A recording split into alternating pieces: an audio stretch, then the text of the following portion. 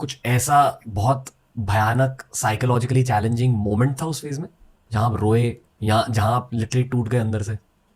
यार मैं जनरली इसके बारे में बात नहीं करता हूँ, लेकिन आपकी ऑडियंस का क्या एज है generally? At this point spread across है। हाँ, और शुरुआत हुई थी 18 to 25 से। I think a lot of young people watch ना। जी। तो चलो आज बात करते हैं इसके बारे में। And there is a reason मैं इसलिए बात करना चाहता हूँ क्योंकि बहुत से लोग हैं पर्टिकुलरली हमारे देश में जो इससे गुजरते हैं लेकिन इसका सामना नहीं कर पाते, क्योंकि हमारे देश में कहीं अभी भी इस पर एक स्टिग्मा अटैच्ड है। मेंटल हेल्थ की बात कर रहा हूँ मैं। तो मेरे साथ ये शुरू हुआ था यूएस में करीब 25 साल पहले, राइट,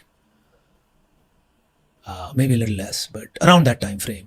और मैं जॉब कर रहा था वहाँ पर, तो .com क्राइसिस हुआ, मेरी जॉब चली गई थी और 2-3 चीज़ें ऐसी हो रही थी, काफ़ी कुछ ओवरवेल्म हो गया था मैं। तो फर्स्ट टाइम मुझे पैनिक अटैक हुआ।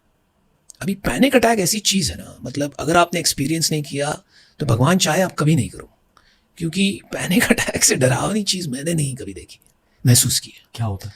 तो पैनिक अटैक में ऐसा होता है कि आपको ऐसा लगता है कि ज़मीन खुल के आपको निगल जाएगी, दीवार आपके एकदम पास आने लगते हैं, आपको लगता है कि कहीं सांस लेने में तकलीफ हो रही है। बाहर से आप एकदम स्लो एंड काम लग रहे हैं, लेकिन अंदर ज्वालामुखी चल रहा है and you don't know what to do. मतलब आप वो टाइम कुछ भी करने को रेडी हो। अगर कोई कहता है आपको कि मैं गोली मार दूं, खत्म कर लो जिंदगी, you will be ready to do that. It is so scary sometimes, है ना। तो पैनिक अटैक हुआ मुझे पहले टाइम। तो फॉर्चुनेटली मेरा एक फ्रेंड था जो उससे गुजर चुका था, तो और वो रेगुलरली होने लगा पैनिक अटैक। तो मैंने उनसे बात की, तो दे गेव मी, कंसल्ट किया किससे, फिर एक बुक पढ़ी मैंने, अपनी सिचुएशन को ईज किया और वो जाके रिजॉल्व हो गया। वो बात को मैं भूल गया। हुआ पैनिक अटैक, क्या हो गया, मतलब this is not something you keep in mind ना, once you passed it. Youth में तो स्पेशली आप बुरे वक्त के बारे में सोचना नहीं चाहते हो, आगे बढ़ो। फिर जब ये दूसरा इशू हुआ आफ्टर 2008 लीमन ब्रदर्स, फिर मुझे पैनिक अटैक शुरू हुए, राइट।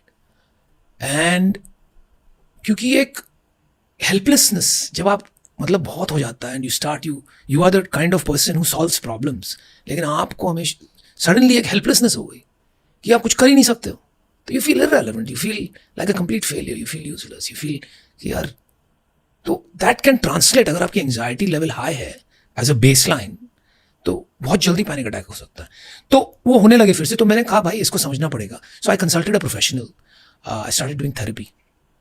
तब 2008 नहीं, I started doing therapy in 2012।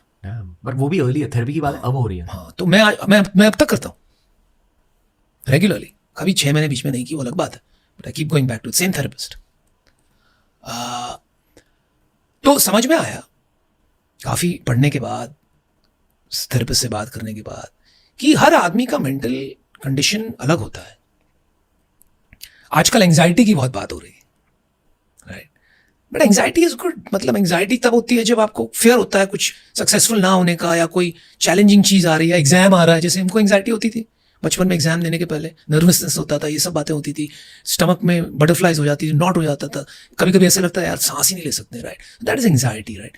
उसमें कुछ, that is stress, that's normal, होता है, right. That is not a problem with mental health. अगर आपका बेसलाइन एंजाइटी औरों लोगों से हमेशा ऊंचा रहता है, that can manifest in conditions. लेकिन आपको ये बात कतई पता ही नहीं होगी, because you think everybody thinks like that. तो all my life my baseline anxiety has always been higher than other people. लेकिन मुझे कैसे पता, मुझे तो यही लगेगा कि बॉस सबका ही सब, everybody is going through the same thing, until the panic attack started happening. तब आप उसको समझने की कोशिश की, उसके अंदर घुसे, आपने इवैल्यूएशंस किए, then you understood through therapy and all that. तो कोई बात नहीं, अच्छी बात है। अभी आप उसको बुरा मान लो या अच्छा मान लो, अच्छी बात यह है कि ज्यादा करके जो क्रिएटिव लोग होते हैं and people who are driven to achieve और डू समथिंग बिग, उनके साथ यही कंडीशन होती है। Baseline anxiety is high, not always but generally, and that can be a boon और अ ब्लेसिंग। अगर आप उसको समझोगे नहीं, उसमें उसका सामना नहीं करोगे, then it will become a curse, right. तो उसको आपको कर्स बनाना है या ब्लेसिंग बनाना है, ये आपके ऊपर है। अगर उसको ब्लेसिंग बनाना है तो पहले उसका सामना करो, राइट। अंडरस्टैंड कि आपको कोई रियल प्रॉब्लम है कि खाली आपको जो रेगुलर स्ट्रेस हो रहा है आप उसको मेंटल कंडीशन बना के घूम रहे हो, दैट्स नॉट गुड। बट सच में इशू है तो उसको एक्सेप्ट करो, थेरेपी के लिए जाओ, थेरेपी के लिए जाओ। फिर पहले तो बेस लेवल पे शुरू करो, किताबें पढ़ो, right. You don't have to jump straight into therapy, start, depends situation पे, राइट। अगर आपको पैनिक अटैक्स होने लगे तो yes you must see a therapist right away, है ना। अगर वो नहीं हुआ है, खाली एंजाइटी लेवल हमेशा हाई रहती है, read a few books, start there, but except, talk to friends, right. Depression में यार दोस्तों से बात करो भाई, राइट। डोंट, इसमें कोई शर्म नहीं है। अगर आपके हाथ में चोट लग जाती है, पैर में आप क्रिकेट खेल रहे हो भाई, बॉल लग गई, फट करके आप डॉक्टर के पास जाते हो, उसमें तो शर्म नहीं है। बड़े बलवान होके आते हो और क्रिकेट खेलो, देखो क्या हो गया, अरे तो ये भी तो एक तरह की चोट है, और इसको अगर आप सामना करोगे तो ये तो बहुत बड़ी ब्लेसिंग बन सकती है आपके लिए। Because people with high anxiety level generally very good lateral thinkers, वो क्रिएटिव बहुत होते हैं, इसलिए ओवरथिंकिंग भी हो जाती है। बिल्कुल। तो इसी दो there are two sides of the same coin.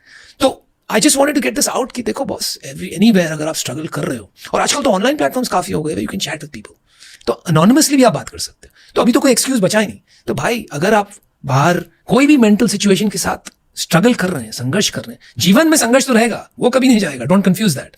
लेकिन अगर आपको लग रहा है कि बॉस मैं आगे ही नहीं बढ़ सकता, इतनी तकलीफ हो गई है, तो प्लीज सीक सम हेल्प। और आजकल मेंटल हेल्प के लिए ऑनलाइन फोरम्स इतने हैं, आप अनोनिमसली भी कर सकते हैं, तो कोई शर्म की बात ही नहीं। Now you have no excuse, right. क्योंकि हम कॉन्वर्सेशन में यहाँ तक पहुंच गए इसलिए मैं ये सवाल पूछ रहा हूँ, वरना पॉडकास्ट में ऐसे सवाल नहीं पूछते। अच्छा, डोंट माइंड, मैंने तो सुना तुम कुछ भी पूछ लेते हो। कुछ अभी भी वैसे ही मोमेंट आने वाले। Bro does not hesitate. कभी थॉट्स आए थे? Good for you, your guest also doesn't hesitate. नहीं, थॉट्स तो नहीं आए, लेकिन काफी लोगों का खून करने का मन किया।